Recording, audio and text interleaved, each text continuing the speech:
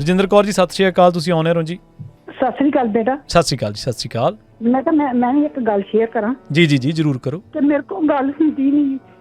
ਕੋਈ ਨਾ ਤੁਸੀਂ ਨਾ ਆਪਣਾ ਆਰਾਮ ਨਾਲ ਕੋਈ ਨਾ ਪਾਣੀ ਕੋਲੇ ਰੱਖ ਲਓ, ਪੀ ਲਓ, ਫਿਰ ਕਰ ਲਓ, ਕੋਈ ਆਪਾਂ ਨੂੰ ਕਾਲ ਨਹੀਂ, ਕੋਈ ਨਾ ਆਰਾਮ ਨਾਲ ਕਰੋ, ਕੋਈ ਨਾ। ਨਹੀਂ ਕੋਈ ਗੱਲ ਨਹੀਂ। ਮੇਰਾ ਬੇਟਾ 2 ਮਹੀਨਿਆਂ ਦਾ ਸੀ ਠੀਕ ਹੈ ਜੀ। ਤੇ 90 ਦੇ ਵਿੱਚ 90 ਜਿੱਦਣ ਚੜਿਆ ਅੱਛਾ ਜੀ। ਤੇ ਦੂਜੇ ਬੱਚੇ ਵੱਡੇ ਸੀ। 4 ਬੱਚੇ ਸੀ ਤੇ 28 ਸਾਲ ਦੀ ਮੇਰੀ ਉਮਰ ਸੀ। ਅੱਛਾ।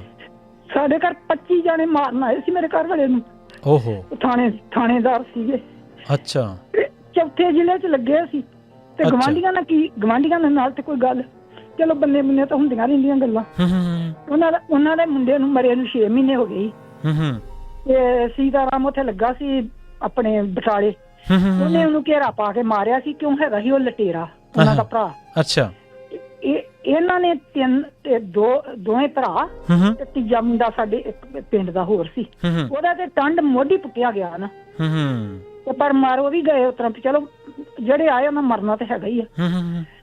ਪਰ ਇੰਨਾ ਦੁੱਖ ਕਿੱਦਾਂ ਨਿਆਣੇ ਪਾਲੇ। ਸਹੀ ਗੱਲ ਹੈ।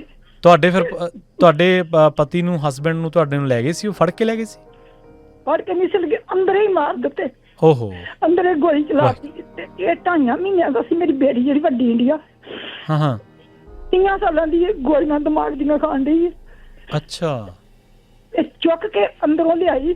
ਕਹਿੰਦੀ ਮੇਰਾ ਵੀਰ ਨਿਕਲ ਗਿਆ। ਗੋਲੀ ਚੱਲਦੀ ਦੇ ਵਿੱਚੋਂ ਚੁੱਕ ਕੇ ਲਿਆਈ। ਅੱਛਾ। ਤੇ ਗੋਲੀ ਜਿਹੜੀ ਚੱਲਦੀ ਸੀ ਨਾ, ਮੰਜੀ ਦੇ ਪਾਵੇ ਦੇ ਵਿੱਚੋਂ ਦੀ ਲੰਘ ਕੇ ਗੋਲੀ ਗਈ। ਅੱਛਾ। ਮੇਰਾ ਸਖਾਫ ਸੀ ਪਿਆ ਥੱਲੇ ਮੁੰਡਾ ਸੀ। ਸਖਾਫ ਉਹਦੇ ਸਰਾਣੇ ਪਿਆ ਸੀ ਮੇਰਾ, ਉਹਨਾਂ ਦਾ। ਉਹਦੇ ਵਿੱਚੋਂ ਦੀ ਗੋਲੀ ਲੰਘ ਕੇ ਤੇ ਅੱਗੇ ਗਈ ਪਾਵੇ ਦੇ ਵਿੱਚ। ਅੱਛਾ। ਪਾਵੇ ਦੇ ਵਿੱਚੋਂ ਲੰਘ ਕੇ ਤੇ ਕੰਧ ਵਿੱਚ ਵੱਜੀ ਜਾ ਕੇ। ਓ ਅੱਛਾ। ਹੁਣ ਤੇ ਧਾਰਦੀਆਂ ਕੰਧਾਂ। ਕੀਤਾ ਕਿਸੇ ਨੇ ਵੀ ਨਹੀਂਗਾ ਘੱਟ, ਪਰ ਜ਼ਿਆਦਾ ਲੋਕਾਂ ਨੇ ਵੈਰ ਲਏ ਆ। ਜਿਹੜੇ ਅਸਲ ਸਿੰਘ ਸੀ ਨਾ, ਉਹਦੇ ਵਿਚਾਰ ਉਹਨਾਂ ਦੇ ਆਪਣਾ ਕੁਛ ਬਣਾਇਆ ਨਹੀਂ ਆ। ਜਿਹੜੇ ਸਿੰਘ ਅਸਲ ਸੀ ਨਾ, ਉਹ ਕੋਈ ਸਿੰਘ ਨੇ ਘਰ ਨਹੀਂ ਆਪਣਾ ਬਣਾਇਆ। ਤੇ ਜਿਹੜੇ ਲੁੱਟਾਂ ਖੋਹਾਂ ਕਰਨ ਵਾਲੇ ਸੀ, ਤੇ ਉਹਨਾਂ ਨੇ ਸਭ ਨੇ ਪੈਸੇ ਤੇ ਬਾਅਦ ਵਿੱਚ ਕੱਢੇ ਲੋਕਾਂ ਨੇ। ਪਹਿਲਾਂ ਤਾਂ ਘੁੱਟ ਲਏ, ਨੱਪ ਲਏ, ਜੋ ਵੀ ਹੋ ਗਿਆ ਹੋ ਗਿਆ।